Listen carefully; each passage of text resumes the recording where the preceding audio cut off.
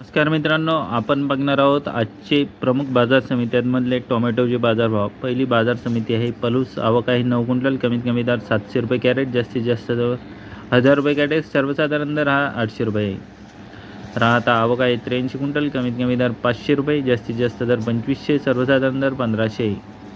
पंढरपूर जात आहे हायब्रिड। आवक आहे 26 क्विंटल, कमीत कमी दर 500, जास्तीत जास्त दर 2100, सर्वसाधारण दर 1400। कल्याण आवक आहे 3 क्विंटल, कमीत कमी दर 600, जास्तीत जास्त दर 800, सर्वसाधारण दर 700।